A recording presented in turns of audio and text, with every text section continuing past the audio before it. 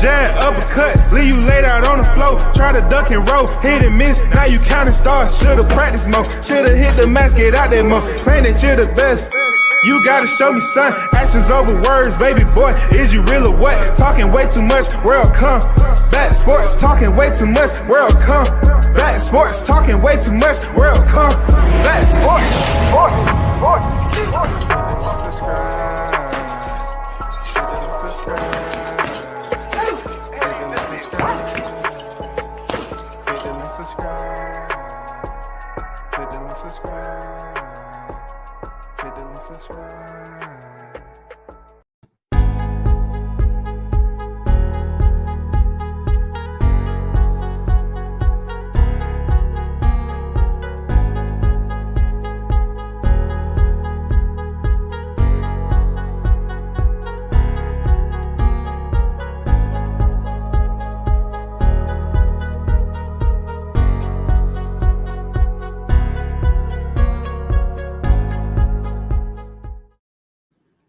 What's good, everyone? Once again, you're tuned in to World Combat Sports. Hey, today we have a heavy hitter in the building, CEO, Mr. David McWater. Of course, I'm just waiting for him to join, WCS so we can chop it up on some boxing talk. You know what I'm saying? If you're in the building, don't hesitate to drop your questions in the live chat. Of course, be it professional questions or what have you. And we'll get right to it. But I appreciate everyone for pulling up and supporting the channel, man. I'm looking forward to seeing the man himself once again, joining the WCS panel.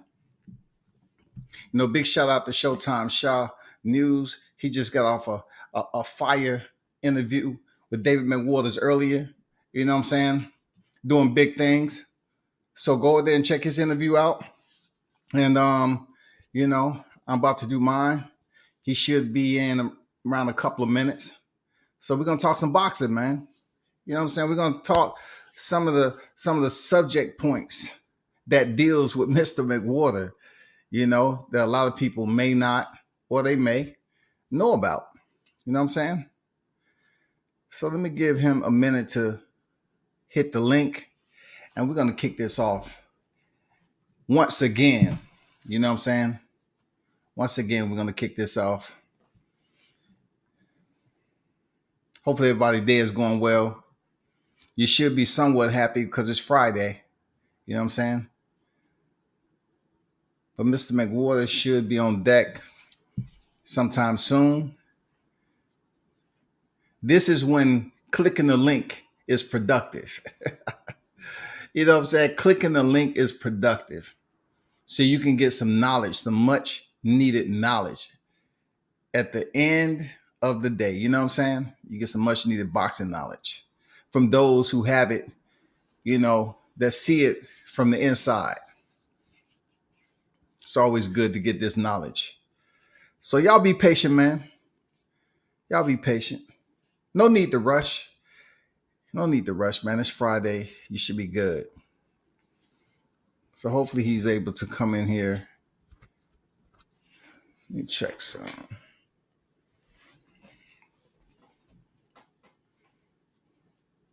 Once the interview gets started, like I said before, if you have any questions that you're curious about, any of the fighters, that he has signed, that you have familiarity or favorite, you want to know something that's going on in their career, don't hesitate to ask.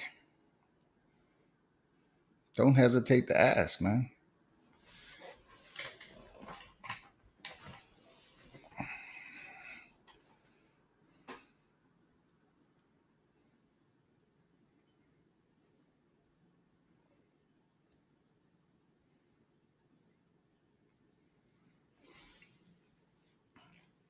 As much as I want to get into some boxing topics, I got to chill. I got to take my time, be patient. You know what I'm saying? I don't want to get into boxing topics and then he pops up. You know what I'm saying? Let me just send him a reminder.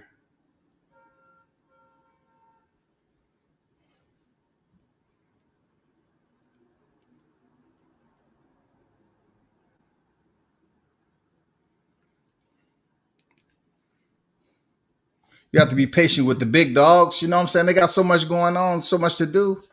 Hey, hopefully he remembered that he has an interview at 3 o'clock. I'm pretty sure he does, man. He has a plethora of fighters under his managerial holding. Andrew Charles on deck, man. I see you, bro. Salute to you, Andrew. What's good? What's good?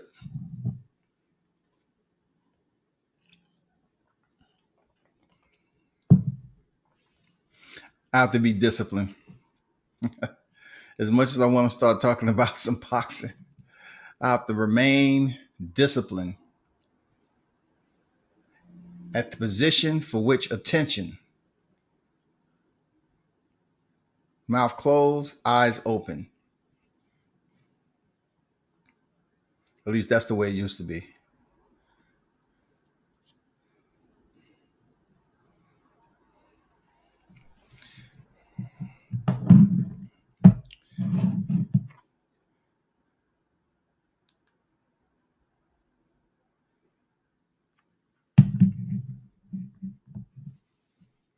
I might have to start talking about what's in the news.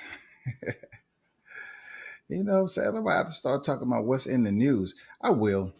Hey, there's a fight card that's down here. Big fight card that's down here in Atlanta tomorrow. Hold on for a second.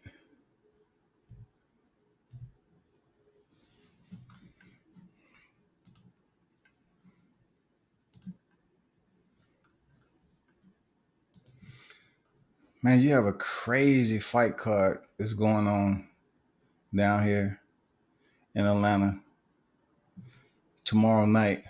You have Money Powell, you know what I'm saying, on deck, 12-1, super middleweight. You have Albert Bell, undefeated.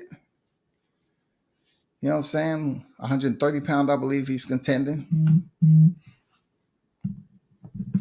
Let's see if this was. Let's see. Let's see what he said.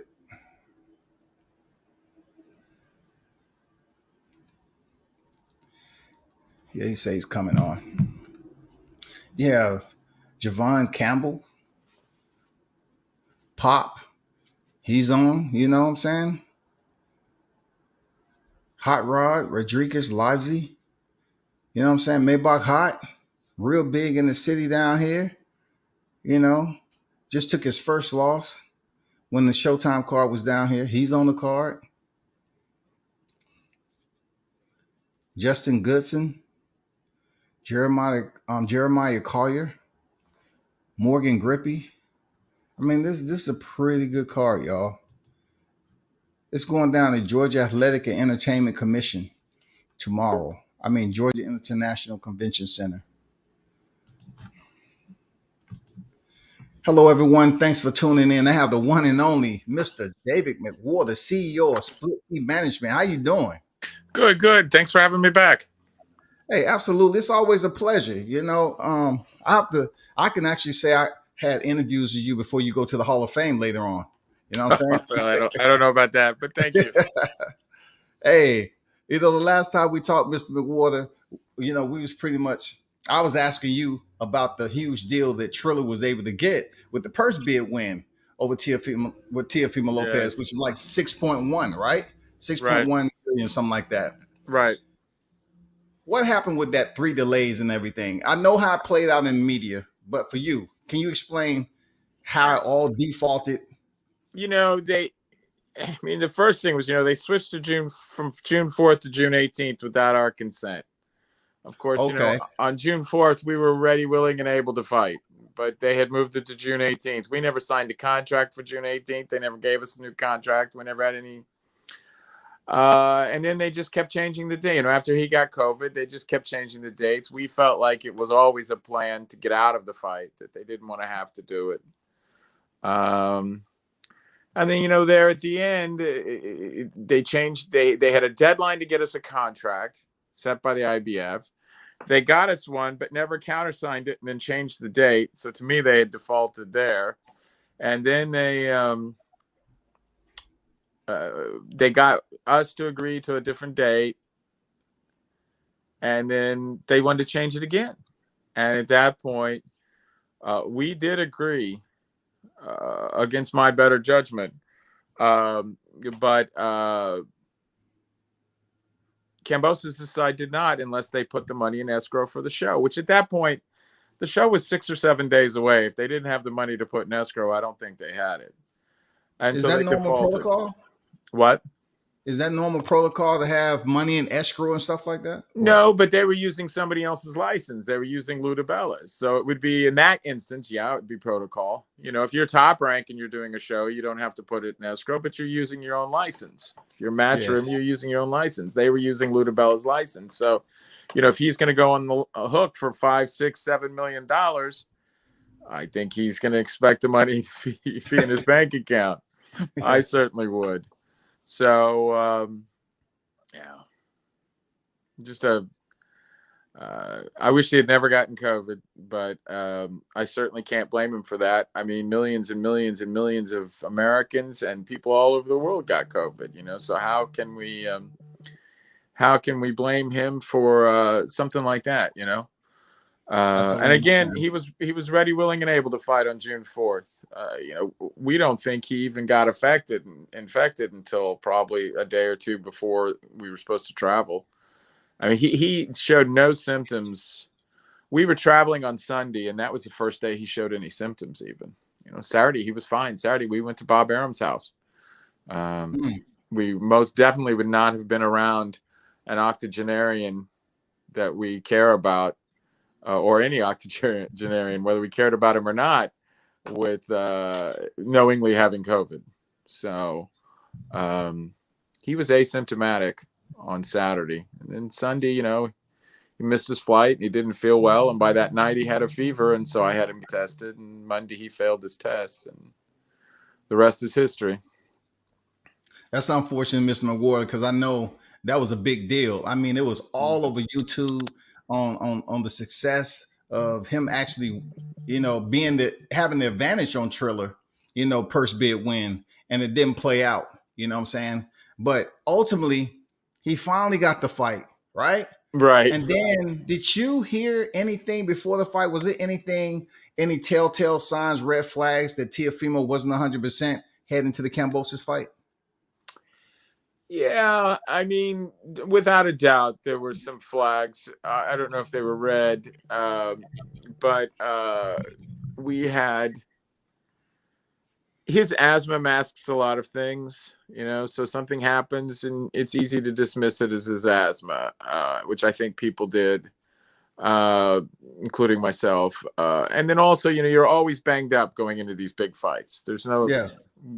You just don't go into a fight like that. You're not banged up a little bit. And he's been banged up for a long time anyway. So, yeah, you know, there were things there. Did we think that they would drag him down physically the way they did? No, nobody had any idea that something like that, including himself. I mean, I think, you know, it was a confident locker room. We were ready to go. So no one, like Tio was full steam ahead. You know, it was no, you know, hesitation on him. He was going to fight that night. Well, he was definitely going to fight that night. Absolutely. We had a bad last day with the weight, and you know, he had a little. His throat felt funny when we were rehydrating, and so those were sources of concern. But there was no chance of him pulling out of that fight. That's just not who he is. He's yeah, just not the kid he is. So the good news is, off that, you know, he was able to go in there and defend his titles. He didn't come out successful, but I heard you say that, you know, it doesn't matter what the results were. He was going to 140. So now that he's at 140, I see him being a future world champion up there. Is he going to fight the top contender as his first fight out the gate? Martinez, whatever his name is. At 140, I don't know which Martinez you're talking about. He wants to fight only top guys. The name that's been thrown around the most is Barboza. Okay. Who I'm not sure which Martinez you mean. I don't want to slight the guy, but Barboza, Ramirez, those guys to me are the big contenders. But Ramirez is fighting somebody else. I forget who. So I think it's likely we'll fight somebody like Barboza, and then hopefully that vaults us back into contention, and Taylor still has the belts, and we can fight for 4 belts again, which would be, if he could do that and win, he'd be the first male to ever do that. That'd be an amazing feat for not only Teofimo Lopez, but for you too, there, David. For real, that'd be an amazing feat. It would be a fun ride to be on, but the feat is his. We can't fight for him in the ring. He's done all that on his own. Do you pay attention to YouTube any? No. For your. No, I mean, well, thank you, appreciate it. No, I mean, I shouldn't say no so quickly. Do you mean like watching fights on it, or no? Do shows? you pay attention to the boxing media on YouTube? No. Do you even peek in every now and then? You know what I'm saying? Because I see Teofimo Lopez and I see some of your other fighters on YouTube periodically. I am not on any social media to speak of. I have a LinkedIn account, but I usually use it mostly just to rant about how horrible Republicans are. I don't. I learned in politics, don't listen to the media and don't read the comments at the bottom of the page. Those are all people that wish they were Teofimo Lopez, or they wish they were, whoever else. And, most of those opinions are at the bottom of the page are completely nonsensical. So so I don't really listen to anything. If something germane happens, somebody on my staff or my wife who does listen to everything, they'll let me know. I don't miss anything good. Understood. Hey, I see you have about 65 fighters now, man. You've grown tremendously. I think we have 65 men, but I think we have 25, 30 females also. I mean, there's about 90 of us. I think we'll break 300 fights this year. We've got 35 fights in the next 38 days. That's what I meant. 65 male fighters, right. Because I think the last time we talked, you pretty much was giving your grading system. I heard you mention on Showtime live about your grading system. I want to ask you this, David. When it comes down to the brothers, because you have Joseph and Jeremy and Marquez and Dominique, what is your grade system, especially for Marquez and Dominique? Marquez is 23, Dominique is 21, 2 different divisions. How do you grade them? Because both of them can't be good, but what is your thoughts on that? What is your process for that? When you say both of them can't be good, what do you mean? I mean, Venus and Serena. I mean, no, not them in particular. I'm saying every brother combination, both of them are not usually right. Good. Well, and there are. I'm not going to name names, but there are brother combinations we did not sign because we did not want to sign them all. Okay. That we thought one brother was really good, and the other siblings were. And so we passed on. There's at least 2 families like that I can think of, and there may be more.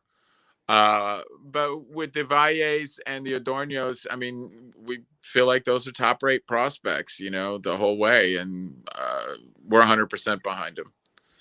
I think more so what I was saying is kids got signed as a favor that we wanted. Okay, we wanted all of those kids.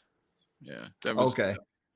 I've learned if there's a father especially that wants you to sign all of his kids, and it's just too expensive if there's only one that you want. So we'll walk away from that. Yeah, when you see the BIO brothers, they're so young, they look like twins. And what I meant to preface is sometimes the brother combinations, both of them aren't good enough to be signed, to somebody like yourself or whatever, just because they turn professional. Right. You know what I'm saying? How difficult is that sometimes? Like I said, it doesn't come up that often. Besides the 2 sets that you brought up, the only 2 sets I can think of. I mean, there's only 2 other sets I can think of that we passed on. Of course, we signed Charles Conwell and Isaiah Steen, but Isaiah's 17-0 now. I mean, I think he proved that he was just underrated. Yeah. Came out. And we saw something in him. He had, he was just such a tremendous athlete that we were willing to take a chance on him. But yeah, the whole siblings thing rarely happens. And when you hope it's Venus and Serena, right? Yeah. Hey, if you had that, you can retire, sometime soon, speaking of the sibling, I was gonna I had a question right away on a particular not the Adorno brothers, but I can't believe it slipped my mind. I want to ask you about this particular fighter. But anyway, moving on. Did you hear Triller acquired the majority interest of BKFC? Are you planning on, managing any BKFC fighters, or do you currently? I haven't even been to a KFC in years. No, that's just I have no. We've never had anybody in BKFC, and I don't know anything about it. I just thought because it's former boxers, mixed martial artists that's basically bleeding over into that promotion, and hey, they picking up some steam over there. So when I heard Triller purchased the majority interest of BKFC, that only opens the door for boxers and MMA, bigger names to come over there and fight because they have money behind them now. If you say so. I don't know anything about that. We're going to represent UFC boxing. Bare knuckle boxing. Okay. I did during the pandemic get my baseball license, but I think more just so I could see if I could pass the test. I don't know if we're going to actually represent baseball players. Yeah. Whoops. Sorry. I just did something. I'm getting 1,000 texts and I'm just pushing them off.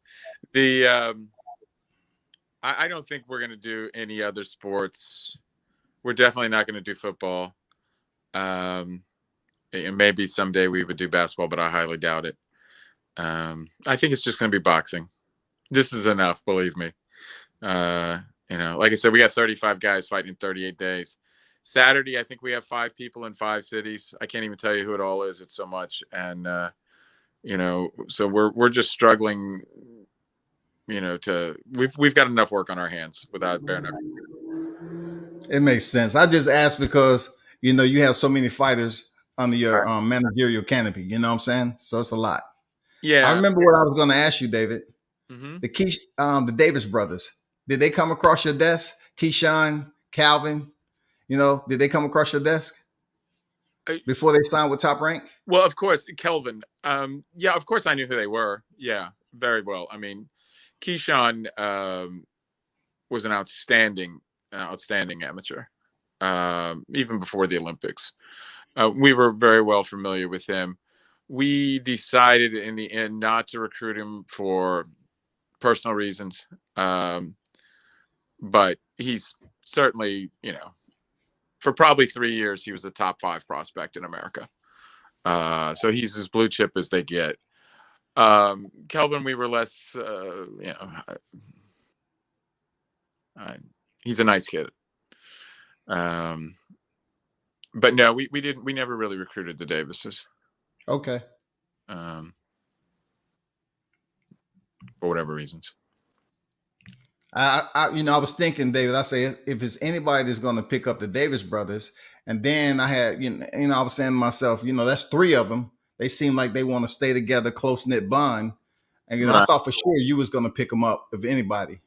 No. Being that you already have sets of brothers under your managerials. Yeah. No, I mean, we can't sign everybody. And we just kind of have to decide, where we're going to go. And so we just didn't, we ended up not really pursuing them. Okay. The question was asked, David, when can we expect O'Shea Jones to make her pro debut? And that was from L-Dub Boxing. I cannot speak to that, but I think you can expect some announcements about O'Shea Jones very soon. But soon enough that I can't speak to him now. But she is in the mix. There's lots of interest. We're talking to a number of people, and I think there are going to be some big announcements about her very soon. And we're extremely excited about her. I think we have, you'd have to ask Brian Cohen for sure. I think we have 7 female world champions right now, including several, like Kaylee Reese has 3 belts. Mm-hmm. And is also the star of a new movie called Catch the Fair One. And you can get it on your TV. All you have to do is talk into your remote, say Catch the Fair One, and it'll come up. And every boxing fan should get it. It is a great movie. I am so happy for her and so proud of her. She was at the Cannes Film Festival. She was just in People magazine. She's winning awards right and left. There's lots of boxing scene in it. And Shelley Vincent is also in it, the great female boxer. So it's really wonderful. Everybody should Catch the Fair One. Everybody should watch that. They do that a lot down here south. They catch a fair one. But moving on there, David, when it comes to the whole deal on how boxing is forever changing, right? Why do you see boxing still at a point after being in existence for so long? It's hard for them to make the big fights. I mean, are we still? Look, not we, but is boxing still struggling from the pandemic? What's the deal here? Well, everything's struggling from the pandemic. There's no doubt about that. I think we're finally coming out of it. Our company did, I think, 148 fights in 2019, and then we dropped off to like 50 or 60 a year in the last 2 years.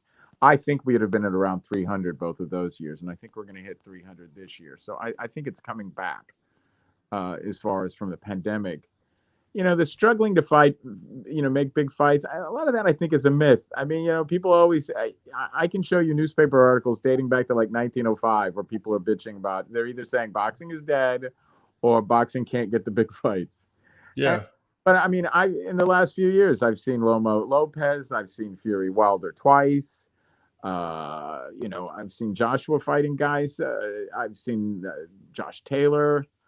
None of these guys seem like they're backing away from anything to me. Jamel Herring just fought Shakur, which I'm not saying that's a super fight. I'm just saying, none of these guys seem scared.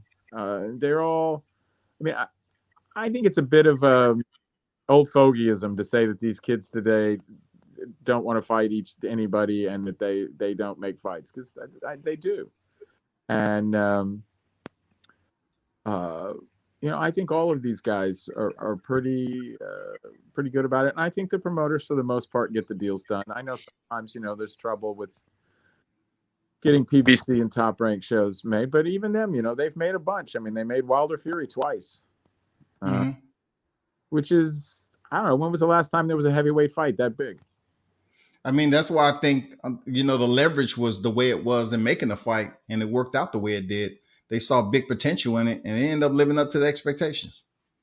Yeah, they were both great fights, right? And, so, I mean, I think we do see big fights still. I think it's kind of a myth that we don't. And, later this year, all Josh Taylor's got to do is say yes, and you can see Josh Taylor, Teofimo Lopez, which is two guys who've been undisputed world champions fighting each other. So I think, I think most of these guys do want the big fights. Look at the Charlos. Charlo was going to fight Castaneda, who's got the other belts. We're both putting them. Nobody's avoiding anybody. So I think. What about Crawford and Spence? What do you think going on there? I don't know. Everybody talks about that one, and I don't know. Certainly, Bud wants to fight. Bud wants to fight. I'm glad you said that, David. You speak the truth. I mean, look at all the stuff Bud has done to try to get those fights. So, and I don't know him that well. We know each other to say hello, but I know a lot of people near him, and he is an insanely competitive person. I can't imagine that he'll feel complete without getting those kind of fights. So and I think that's the character of a lot of these guys. I think it is kind of horseshit that big fights aren't getting made. And if they are, it's not because of the fighters. Most of these guys really, really want to fight big fights. What do you think about that signing, the new signing? DeBella was, previously independent without a legitimate network, so to speak. Right. And now he's partnered with the Zone, right? He partnered with Probellum. Probella? Okay. I don't know that they have a DAZN contract. I'm not clear on what their contracts are yet. They're sort of they're a newer group with just put together sort of an all-star staff of major players from all over. They've got Richard Schaefer from Golden Boy. They've got Harrison Whitman that used to be at Top Rank. They got Mike Altamura. They got a lot of big name people up and down, and people that are behind the scenes people in boxing that you wouldn't know that are big. The guys making their app is some kind of legend in that world. Okay. So, I think they're going to be a big player very soon, but I don't think they have a DAZN deal. If they do, I don't know about it.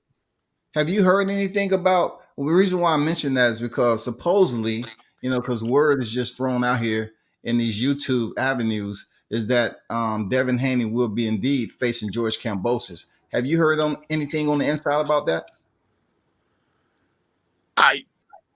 Everybody hears things all the time. I know my experience with the Haneys is that they tend to price themselves out of the big fights. So if he fights Kambosos, I'll be very surprised. Oh, you will? Okay. That's. I don't see that fight happening. All but right. I have no involvement in the negotiations. That's just a fan's hunch. I don't see it happening. I get you. I understand. So right now, you said you had, you have fighters fighting everywhere pretty much. I wanted to ask you what you think about the new Pro Box promotion that's going on with, the former champions of Roy Jones Jr., Antonio Tarver, and Paulie Malignaggi. It seems like a good staff. You know what I'm saying? Sure. Well, we have several guys with Pro Box. We have the Valle brothers. We have Money Powell with them.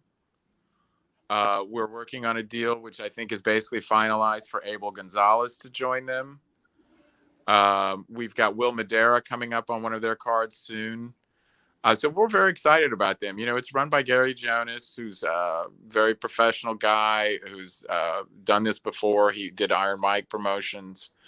And he's also brought in some big boxing people around him, like the ones you mentioned. And he's got John Beninati doing his matchmaking, who was the PBC guy for years. So yeah, we think that they're going to be big. We hope they're going to be big. He's got his own arena, his own app, his own everything. So, he's controlling the means of production here. He's got his finger on all of it. And I think they're going to be successful. I certainly hope they are. Sounds like it. That's always good info there, David. That's why, we got to reach out to you because you have all the inside scoop on what's going on in boxing. Is there any big fights coming up for any one of your fighters? I know you mentioned the Valle brothers that's fighting tomorrow, right? They're fighting tonight. They're fighting tonight. Tomorrow night, we've got Ray Robinson in Philly. We've got Giancarlo Santana, who's a secret of ours. He's fighting in the Dominican Republic for the third time, but this kid is a total badass. In the amateurs, he was just knocking people out right and left, but didn't get to be on the Olympic team for the same reason some of the Americans didn't. They canceled Continentals because of COVID, and that was that. Money Powell fights tomorrow night down here, I believe. Who? Money Powell. Yeah, so Money Powell's in Atlanta. Joseph Ordonio's in Orlando. Ray Robinson's in Philly. Giancarlo Santana is in the Dominican Republic, and we have one more who I'm really embarrassed I can't think of it right now. But and then tonight we have the two Valle brothers fighting on the Pro Box card, which is in Plant City. If you're near Plant City, run over there. Money's in Atlanta. We're really excited about getting him going again now that he's got a new promoter. So I think, Money's still a baby. Money's, I don't know. I think he's 20. Good guy. Money I think Powell's he's good guy, 22 man. or 23 years old. Yep. And he's already 14-1 and has fought real guys. So I think Super that tough. I don't think there's any limit to what Money Powell can do. And now, we're going to find out, because I forget how many fights he gets a year with them, but it's quite a few. It's 4 or 5 fights. So, I think you're going to see a lot of Money Powell. He's going to be very active now. I want to dive over into your political realm. I know you deep into that. What do you think about the Ukraine-Russia situation that's going on right now? You think it'll be a long time, like a Cold War, or what's the deal? Give me the scoop, because I'm not in the politics like that. I'm not. I'm very scared for the world, period. I feel like fascism is rising again in countries all over the world, including here. Obviously, I think when you look at the far right of the Republican Party, the MAGA group, that's just, everything they're doing is just straight up fascism. But you've got Putin and the guys in Turkey and all over the world now. This hard right fascism coming up, and the last time we had that was 1933. It wasn't just Hitler. There was Franco was in Spain and Mussolini was in Italy. And Americans don't want to admit it, but even in America, there were fascist parties that were doing 20,000 person rallies in Madison Square Garden. And so last time that happened, you had the biggest, toughest one, the guy in Germany, started invading places by saying there were Germans there that needed to be liberated. So that's how he took Czechoslovakia and Poland and annexed Austria. And he did it all under the guise that, well, these are Germans. They belong with us. So now we've got the biggest, baddest fascist leader in the world saying, these are Russians in Ukraine, so we should liberate them. And so I'm really scared by that, and I think everybody should be, not just Americans. I think, the Western Europeans are better educated than us. They probably are terrified by this. But I think the odds of a land war in a serious land war in Europe with lots of countries involved are probably pretty high right now. And if that happens, I don't know how you keep nuclear weapons and stuff out of it. So, it's kind of terrifying. Yeah. It's a video that's circulating down here in Atlanta where they have a convoy of tanks that was being pulled to a certain location. It was pretty good, lengthy convoy down here. I don't know where they was headed, but it was a lot of tanks. They're probably headed for exercises. My guess is right now that everybody tune-ups on what a land war in Europe looks like, because Ukraine is not part of NATO.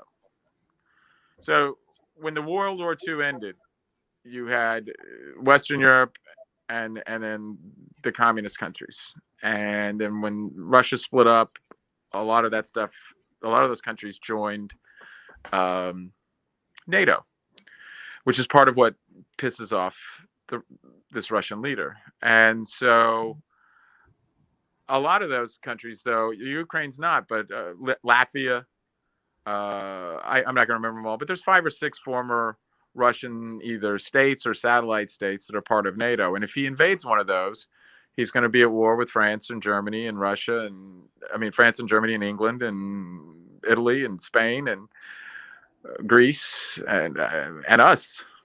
So, it's a very fraught situation that I'm sure most Americans are not taking seriously, because we don't take things seriously anymore.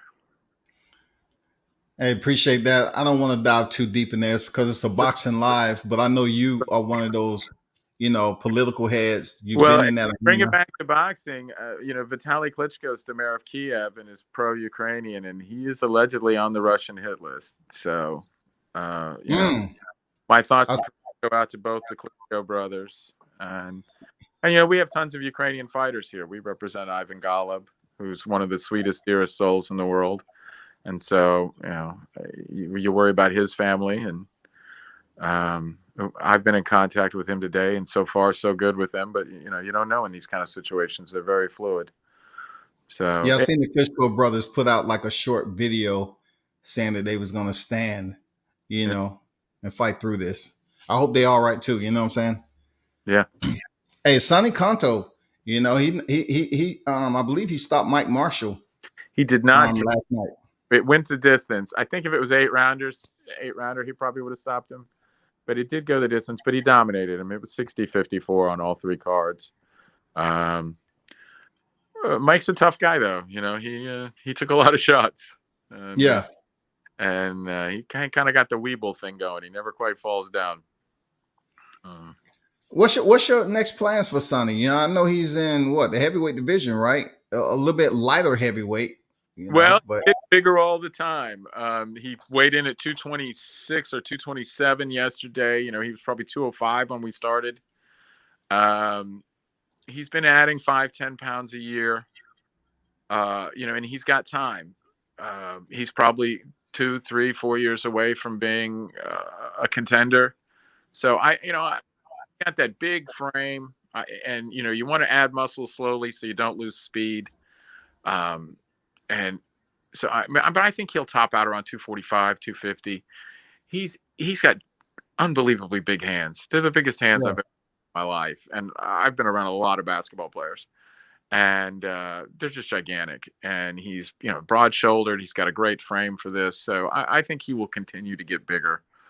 And his father and the guys that his father has around him really understand what they're trying to do here. And, you know, and they're trying to add muscle and get him bigger without losing speed. And that takes time. But they all know we've got time. You know, he's developing heavyweight.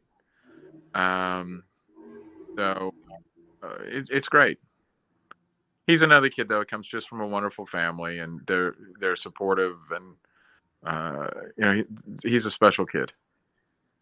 So I'm pretty sure, you know, you have some big fights. You mentioned Charles Conwell. Next 3 fights, he's potentially going to be contending for a championship. That would be to your liking, right? You know, he's in the division right now that has some pretty heavy hitters. You know, you have Erickson Lubin fighting Sebastian Fundora coming up. And of course, the Charlo fight fell out with Castaneda.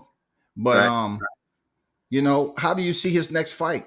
You know, who is he in line to fight for his next one? I'm not sure. We're in talks about that now, so it's a little bit sensitive. But Charles is another one. He wants to fight big fights against big people. He's not scared. He has no fears. And, you know, like I said, I think he's a world champion without a belt right now. But he's walking around ready to either take somebody's belt or win an open one. And I think he's about to get very active. I think he's going to get 3 or 4 fights here in the next 7 or 8 months. And I think one of those will be a world title fight. My last question to you, David, I want to ask you about the Canelo situation. We already know that he's the lottery ticket. You know, however he got up to that point, you know, it's been curious to me lately, you know, why do we only present one fighter out of thousands that's able to make the kind of money that Canelo is making right now, right? So it becomes like a chase for everybody else. You know, you have Gennady Golovkin waiting on the trilogy. You know, you have Mauro Charlo that called him out. You have so many people that want the lottery ticket for Canelo. So how do we raise up another fighter to kind of get close to be another cash cow and be as important, you know, in the boxing game like Canelo? You know, that their appraisal is the way it should be next to Canelo. Well, how do we get it there? More than one. Canelo may be top of the league, but it's certainly a lottery to get to fight Wilder, Fury, or Joshua. You know, those are big fights you get paid a lot of money for.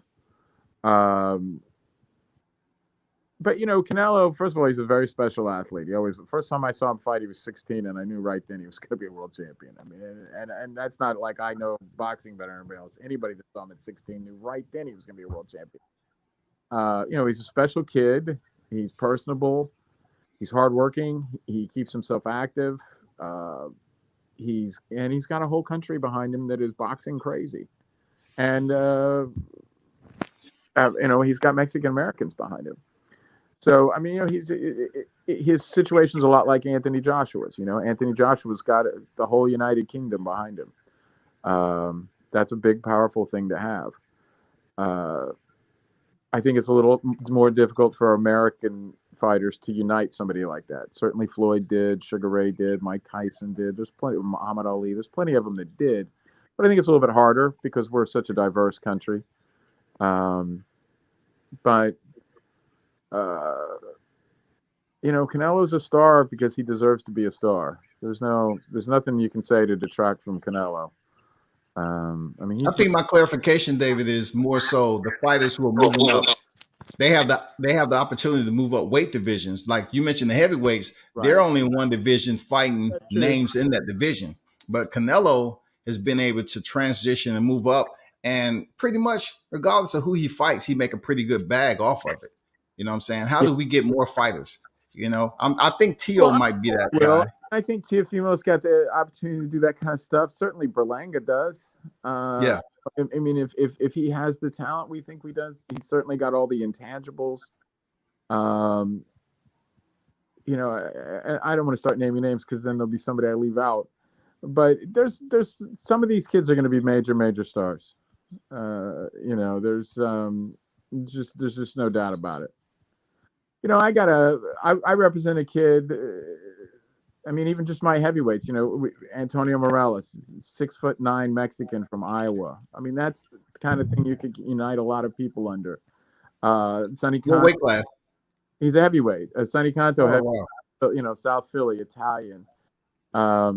Stephen Shaw lives in Missouri, trains out of California. Great smile. I mean, I think different people can unite behind it. Heavyweights have it easier tonight. But I think, there's people with credentials out there that could, people we don't represent. I mean, if I think Shakur still has a chance to be, the mega star, without a doubt. Who else? I mean, there's lots of them. I mean, there's probably 20 or 25 guys that have that chance around the world. One or two of them will make it, 3, but there's a bunch of them that have that. Ryan Garcia, Josh Taylor. Out of all these guys, somebody will emerge as a big money guy. You don't see Ryan Garcia, jumping over to Hollywood. It seems like to me he doesn't have his entire focus on boxing. Yeah, he want to be Hollywood. Yeah, I don't know him personally at all, really, so I couldn't speak to that. I know he's certainly got the charisma, and so far he's survived in the ring. So he's one of probably 25 or 35 guys worldwide that has that kind of opportunity. Some of these heavyweights that came out of the 2016 Olympics, you'd think. I mean, I'm losing faith in them, but at the time I thought maybe Tony Yoka. The kid Jalalov that won the Olympics this year, he's a Muslim. He's from one of the former Soviet nations, so he's going to have a lot of support. There's a lot of guys out there that could be like that. But you're right, Canelo's the only one right now. But in the very recent past, you've had Mayweather and Pacquiao were both like that. De La Hoya. Certainly, it was a lottery to fight those guys. So there'll be more. Outstanding. Hey, it's always a pleasure, Mr. McWater, for you pulling up, and dropping through the YouTube community. I still owe you lunch. The last time we ate lunch was in Texas. The 2 times we did, I know you like the finer things. You was eating caviar that day, I believe. No. You remember when we was at Frisco? You was eating some eggs. It had to be caviar, right? What was it? Were we at a sushi place? We was at Jerry's World. I think we did stop in to. You remember when we walked across the street from the training center, and you ordered? I could have sworn it was caviar. Caviar, but it was some type of eggs. It was like some type of eggs that you ordered. I don't remember. It probably was like $800. Oh no. No. You don't remember? When we was in Frisco, Texas, you ordered eggs. That's the first time I seen it. Yeah, beat Magdaleno. Teofimo beat Magdaleno. Correct. Frisco, Texas. And Kobe won his world title that night. I remember the week very well. I don't remember meals. I've had too many of them. Understood. Hey, big salute to you. Continued success there, Mr. McWater. Thank you once again for stopping through World Combat Sports, and best wishes to you. Thanks for having me. I appreciate it. All right. Have a good one.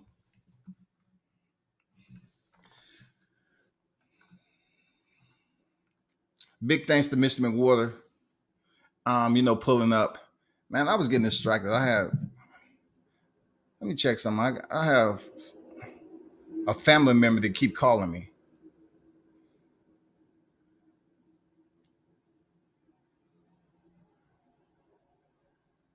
My son.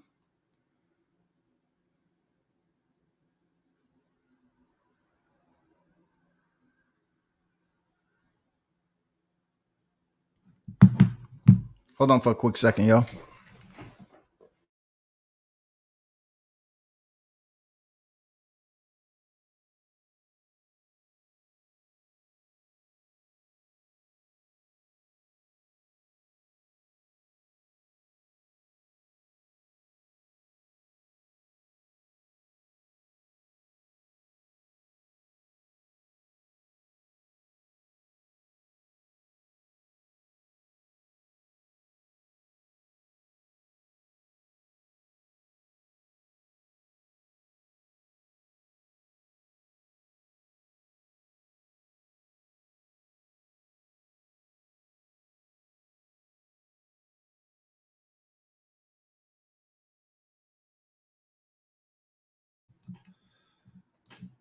Here we back. My apologies, man. My son was blowing up my phone, then taking the brother off. But hey, those of you that tuned in, I appreciate it, man. That was a heavy hitter. It's always good to chop it up with Mr. McWater in person or, on YouTube. He knows so much about the sport. There's so many questions I wanted to ask him, but I was getting like 8 phone calls, so I thought something serious had happened. But luckily, that's not the case. I saw LW Boxing dropping through.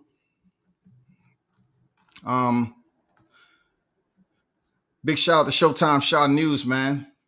Make sure you go check out his interview. He did his interview at 2 p.m., an hour before I came on.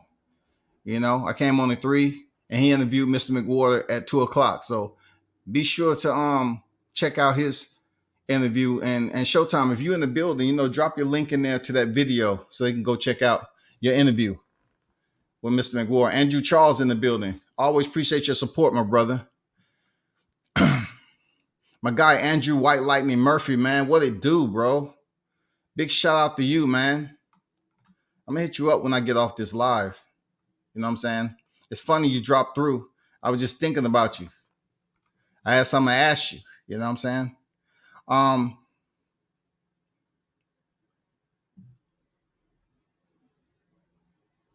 Andrew said, before you get into it, is Shaw News Jahad Tucker's pops? That'll be absolutely no. That's not his pops. But he is a part of the team and played an intricate role, with the mediation process with Jahad Tucker changing levels and being looked at by Jay Prince. So he does have, team status, a prominent role player on that team. You know what I'm saying? Like he is in boxing.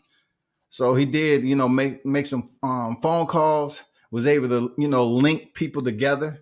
And the rest is history. Jahad Tucker is 6-0 right now. Hey, you know what it is. He continues to go through the roof, man.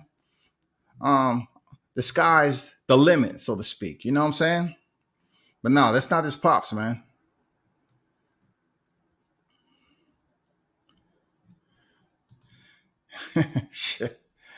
Showtime say, no, I just work on the team PR department. He worked with public relations, man. DBMH, I see you. What's good with you? Free Hoover on deck.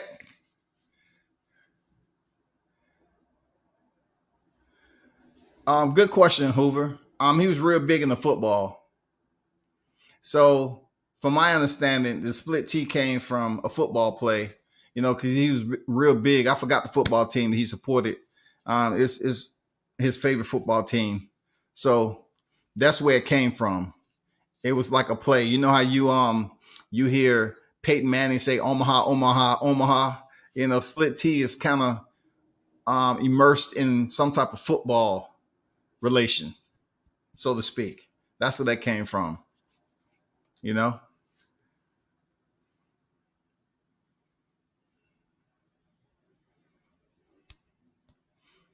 But man, it's a busy freaking week, man. Like I mentioned earlier, you got a card down here. You have a card up in damn near everywhere this weekend. I'm looking forward to seeing the fight card with, Chris Colbert. I want to see, he has purple hair this time. He pretty much attempted to make the press conference yesterday interesting. But Brian Custer was like, let me do my job. I don't go in the ring knocking mouthpieces out when you're on your job, pretty much. But that's Colbert, man. Colbert is chatty. Colbert is chatty, bro.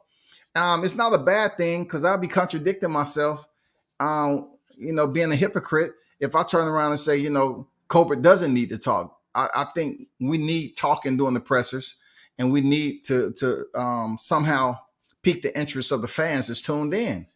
By all means necessary. So him talking his trash to his opponent, he still kept it respectful. But, Colbert's pretty chatty, man. He's going to give you that energy. Believe that.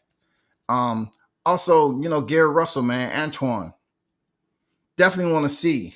A lot of people are talking about this is going to be a tough fight for him. I want to see it. I want to see. He's a tough fighter.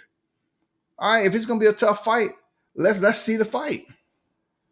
Because it just seems like the unknown has people just slightly out of frame. You know what I'm saying? Like they don't know much about Gary Russell.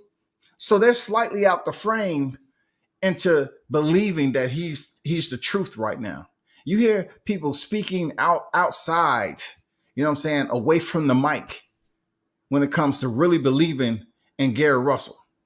Seriously, it's the weirdest thing ever. If you seen him fight, dude, get down. Adrian Broner came in here and went the distance against Santiago. He came in here and destroyed Santiago.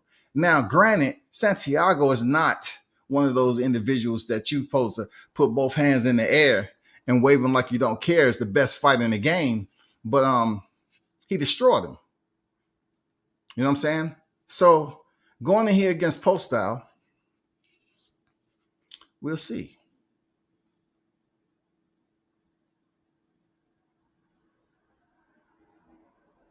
We'll see. There's a lot riding behind that. Hold on for a second.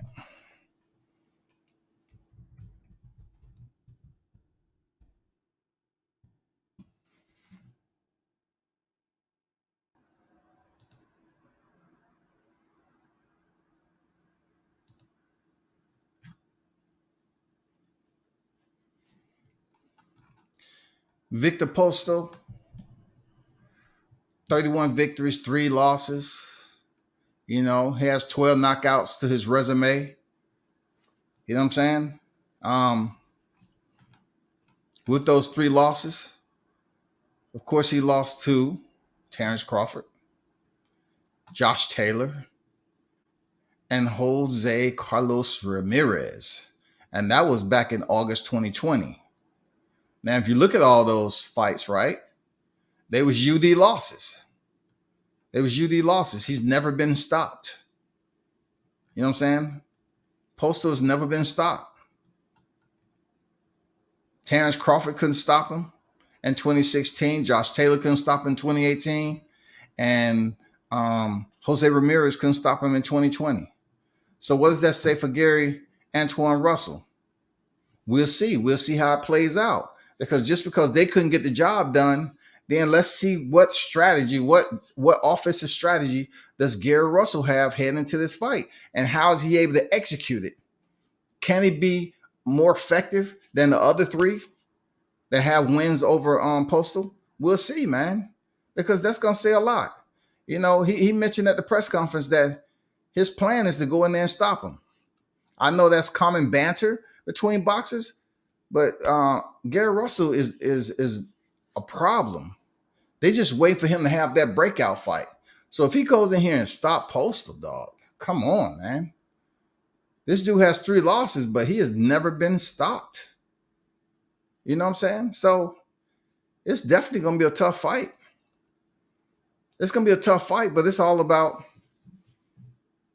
how Russell go in there and implement his game plan. You know what I'm saying? Is Gary Antoine Russell the guy that's underrated, that's out of frame? You know what I'm saying? People not seeing him in full frame yet because he hasn't really fought no big names. You know, he's part of the Russell clan. You know, they move as apex predators. So you just really got to treat them as such. I mean, he's not a bum by no means. It's just people are not co-signing him because they act like they want to attach him to Gary Russell, who only fights once a year, this, that, and the other. Hey, he might have the same last name, right? But they're in different divisions and they're different fighters. You know what I'm saying? Antoine fights at 140 and his brother, Gary Russell, fights at featherweight, 126. And of course, Antonio, he fights at bantamweight. All different divisions, man. If Free Hoover said Antoine Russell versus Tank. Once again, you know, if Tank saying he planned on campaigning at 135, that's what Tank said. Tank says he's planning on campaigning at 135. Now, I'm not saying a big name wouldn't entice him to move up to 140, but we have to see how that plays out. We have to see how that plays out, man. He said, how do you think Bivol would do against Redhead? He called Canelo Redhead. I think it's cinnamon, not paprika. I think it's cinnamon. You know what I'm saying? Cinnamon, not paprika. Not Lowry's seasoned salt. You know what I'm saying? I mean, hey. Every time I think Canelo's gonna have a tough fight, you know what I'm saying? Like, I thought for sure Callum Smith was gonna give him a pretty decent go. I did. I thought this was gonna be the moment that Canelo is challenged, and that tall ass cat just sat up there like a tree limb, like a ladder. Callum Smith sat like he was a ladder posted up to the house, you know, posted on the side of the house, just standing up there stiff. He didn't do shit. That was the craziest unification I've seen in a while. Really, that was. I thought they had some legitimate hitters. You know what I'm saying? David Benavidez was the hitter. Unfortunately, he got in trouble. He lost his strap. But when it came down to Callum, Billy Joe Saunders, and Caleb Plant, come on, they was disappointing. You know, you're talking about Billy Joe Saunders talking shit about somebody else, you know, I being injured, and he said, I never would have did that. He did the same thing. And then Caleb Plant, you know, he got pushed in the press conference, swung at Canelo. Canelo, you know, touched him up with a 2-piece. Okay, the scene is set. Boom. Personal. Absolutely personal. By the 9th round, where did all that fire go? It's just like somebody was standing out there with a water hose. You know how you put your thumb or your index finger on the end of a water hose back in the day, and it just squirt everywhere? It just seems like that shit was just squirting out of Canelo. All his confidence squirted out, just left. Just eluded. Retreated, goddammit. Hey, it's not bad, right? For the amount of professional wins, it's not bad. My performance is not bad. Come on, Canelo. You got to give me the 2 thumbs up, buddy. I don't know, man. He might have had one of those moments where, you know, the bad things in his life all came to a halt because this is where he wanted to be in life outside of a world champion, right? He wanted to get paid for it. And he may look at it as if he was able to make 10 mil. And you know, sometimes that can register at a moment. Like, oh man, I did it. I fought Canelo Alvarez, one of the best of this era, right? I made a huge amount of money doing it. And I get to live a different life than I've been living previously before stepping through the ropes to face this guy. He might have had some type of epiphany.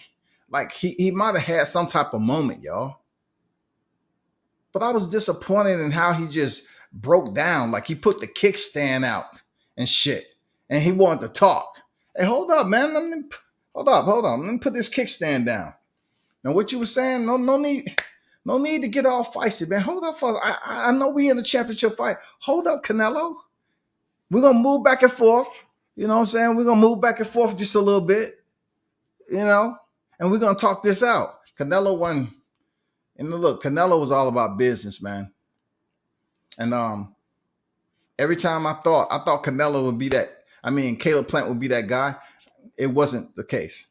So him facing Bivol, I don't know what to expect. I just have to wait and see how these guys, what their energy is like on that night when it's time to perform against Canelo Alvarez. That's what I want to see. I can't call it no other way, bro. I can't call it no other way. I don't know what to tell you. Real talk, I don't know what to tell you. Bivol might go up there and reciprocate the same mannerisms that Callum Smith did. I don't know.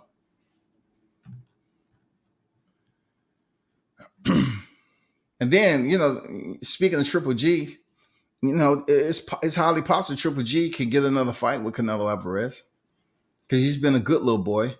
So Canelo might oblige him, noblesse oblige, you know, with another fight in the trilogy. Regardless of what people think, you know, Canelo's going to get paid his money and Triple G is going to get paid the most money he's got paid in his career again. All from Canelo Alvarez. So once this fight is done, you know, who's next? You know, that's if it goes that way because there's so many sprinkles of clickbait that's out here on YouTube. We don't know what the take is credible, conducive information that comes out. We don't know what the fuck to think, dog. I was hoping Charlo fight. And then you heard me ask him about Haney, right? I say, you know, people up here saying, okay, it's good the Haney fight is done. It's good the Haney fight is done. He this, that, and the other. Listen. Certain things when you put out there, people always don't want to hear you get shit right all the time. You know what I'm saying? But I'm gonna tell you, when you latch on to information on YouTube the first time you hear about it, and you cannot validate that with 3 primary sources that we used to, with citing sources on here, then maybe you should just fall back, digress a little bit, and see if anybody else is talking about it.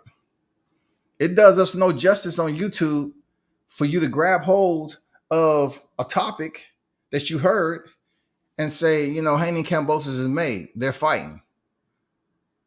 You know, anybody who know Eddie Hearns understand that he puts things out. He doesn't care what you think. He'll put out anything over and over again. But is Haney and Kambosos, does anybody have definitive evidence that Devin Haney and Kambosos is now fighting? Because certain things I know, I ask somebody. I ask somebody like David. I would ask him. I ask if he know. And why is he telling me that the Haneys are, you know, one of those that division now? Even Mr. McWater highlighted what they were saying before when it came to Kambosos. That's a common thing now. That's an omnipresence when it comes to Team Haney, outpricing themselves. We got to stop that, man. You have to understand it's going to take more than just saying, okay, I'm making more money than you, or I'm making the same amount of money, but I have less credentials to my resume, but I'm making more money. You're not going to be able to flourish in boxing doing that shit, in my opinion. You know what I'm saying? So if they are out here outpricing themselves, right? and they're portraying to everybody else that they are here. You know, they might be taking the phone calls, but a telltale sign was when Bill was on TBV and he said that he'll fight Cambosis for 100,000. So I'm pretty sure the offer that was presented to you all was higher than 100,000. So at that point, you all didn't accept that fight for whatever it was. It might have been for 2 million. So if they sent the offer, generalization, example, hypothetical, they sent you $2 million deal and you return and say, no, we want 4.2. I can see where you have a Lou DeBella that's highly perturbed, and he's up there saying, you know, it was insulting, ridiculous, and preposterous. You put those 3 words in a sentence, there's an issue. People just don't overrun their sentences with insult, ridiculous, and preposterous. So now you come back and say, we'll fight him for 100,000. Yeah. We'll take what Lomachenko is taking. Yeah, we'll do that. And I even pay him out my pocket. Why? Come on, Bill. Come on, bro. Man, come on, man. You're not. You're all about the money, right? So if you're all about the money, why not negotiate smartly when they offer you the money and say, okay, we'll take this. Not wait. Black people, we can't do this. We can't be the ones that's falling behind these dang fighters that has a name. We can't. You want to say it's all about our people, but yet why are we continuing to wait for the reaction of somebody else?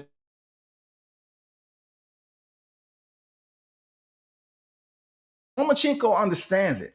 Lomachenko say, I'm gonna sign this because I believe I can beat Cambosis, and then he gets a rematch. So he's gonna get paid good twice. If he beats Cambosis, he's even gonna get paid more money in the rematch. But us, my people, man, you got to go in high all the fucking time. I mean, we don't have to go in high all the time. You know, use your logical thinking, your business sense. Go in there, get the fight. You go in there and beat Cambosis, and then, you know, if it's a rematch in there, because Lomachenko then put a rematch in there with Teofimo. Teofimo then put a rematch in there with Cambosis. So it kind of, you know, raised the eyebrow with me when I found out that what? It was a 2-fight deal with Lomachenko. Did they offer a 2-fight deal to Devin Haney? I'm just curious. Was a 2-fight deal with Lomachenko only? Or did they offer that Devin Haney them too? Or they offered a 1-fight deal and it was like 2 million and they came back with something like 4 million plus? I don't know. I'm just generalizing it. You know what I'm saying? So let's take that in consideration. Who's to blame? Because when I saw the interview on TBV, I said, that makes no sense. Like, why would you come out your pocket all of a sudden playing catch up? Devin already said he'll fight him on Jupiter. Cambosis said, you don't need to fight me on Jupiter. You know what I'm saying? So therefore, if you're willing to fight somebody in an area where you're not going to be able to win the fight because you're not going to be able to have transportation, first of all, Uber and Lyft doesn't go that way. Second of all, you're in the best place possible. You have oxygen to breathe and you have all your resources down here on Earth. So next would be is if they're going to present you an offer and you understand the magnitude of the fight, take the motherfucking fight. It might not be the money that you want, but God damn it, do you have to go into a fight and you may be the B side and you got to get paid as the A side? God damn. Like this shit is frustrating when you grown ass adults make other adults question your actions. You know what I'm saying? That's all. You make us question your actions like, what the fuck, man? How bad did you want this fight? You want the fight or not? You know, stop overpricing yourself. It doesn't make any goddamn sense to say, I'll pay money out my pocket. Bro, you BSing us, Bill. Come on, man. As much as I've been talking about, I hope Devin gets the fight. I hope he gets the fight. But then I hear, you know, we'll take the same thing Lomachenko took. But you was offered that initially, and you came back with something that was way above anything they would accept. It makes no sense at all that you will come out your pocket of your own money instead of just getting paid less. Man, I swear to God, dog. Bruce Goes Boxing, Jazz, and more. On deck, man. What it do, OG? How you feel, bro? Callum didn't do anything against Canelo, but I believe he knocked his next opponent out. It doesn't matter what his next opponent was. That was the opponent he should have knocked out, Canelo. His next opponent was no way the caliber of Canelo Alvarez. So just because you went out there and say, oh, I've outgrown the division. Since I outgrown the division, let me move on up. Now I can unpost myself from the side of the house like a ladder and get back to boxing. How can you be that damn tall and act like, man, I'm just so fearful of Canelo? Man, stop it. Come on, man. Anthony Jones, what's good? He's on deck, man. Salute to you. You heard about Usyk throwing on camo fatigue, fighting in the war. Look, I'll say this about those type of guys. Usyk is a different type of guy, just like the Klitschko brothers are. And you know, one of the Klitschko brothers was in politics. And if he's indeed a target, you know what I'm saying? They play by different rules over there.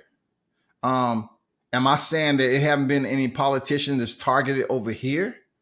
I mean, you got to think about it. How often do we have another country invading us or somebody close enough to the target politicians? Usually it's people that's internal to our own grid square that go in here and try to take the life of one of our own. It'd be Americans. You know what I'm saying? Real talk. Just look in your history from all around, from MLK, Dr. Martin Luther King, the Kennedy. It goes on and on and on and on, man. With these guys, Usyk and Klitschko and all them guys, man, hey, they cut different. They understand that they need to contribute. It's just like signing up for the military. They're going out here to do something. I can't say is it fake or not, but you know, from getting the vibe from Usyk, you know, Usyk is a different dude. Like, he don't fuck around like that. If that shit is going on over there, I would think, you know, that he would put on some fatigues and try to, you know, go out there and fight. I would think so. Seriously, I would think so. Yeah, he's the mayor. So he's targeted by Putin, which is very bad, man, because they can send anybody out there. You have airstrikes, man, the warfare, the technology of warfare has increased to leaps and bounds. I mean, this shit is crazy right now. You know what I'm saying? They can do drone strikes from anywhere. All they have to do is find out. They have data. The intel is amazing this day and time. We wish them the best, man. Real talk. You know, somebody from the military, you know, that served in the military, I totally understand what they're doing. You know what I'm saying? I totally understand it.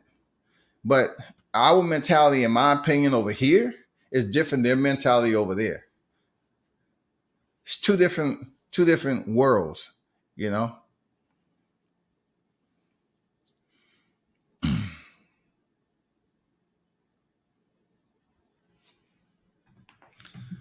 But I have things I have to take care of, my people. Big shout out to David McWater, CEO of Split T Management. It was a pleasure having you on board once again. And once again, I apologize. You know, I'm up here. My son was hitting me up. So I have to take care of some things. All right.